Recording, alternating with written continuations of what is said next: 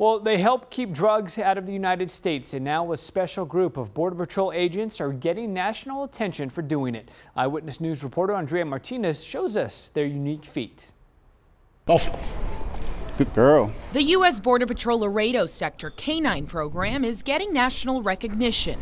2 of their canines, along with their handlers, earned the U.S. Customs and Border Protection's highest award, the National Top Dog Award, for seizing the most marijuana and cocaine.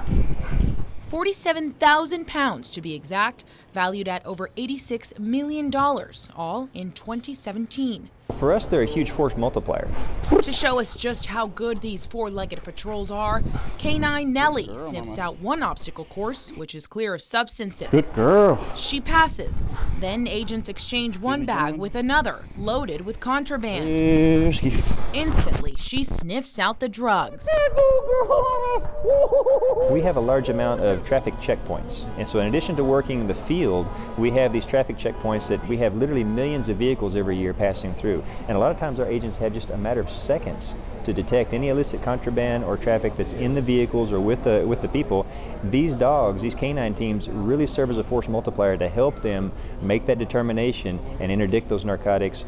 The chief says the canines also helped in apprehending and rescuing nearly 4,000 undocumented immigrants. It never ceases to amaze me. When I watch this demonstration, and I've seen it several times, I'm always impressed by what these animals do. Andrea Martinez, KENS 5, Eyewitness News.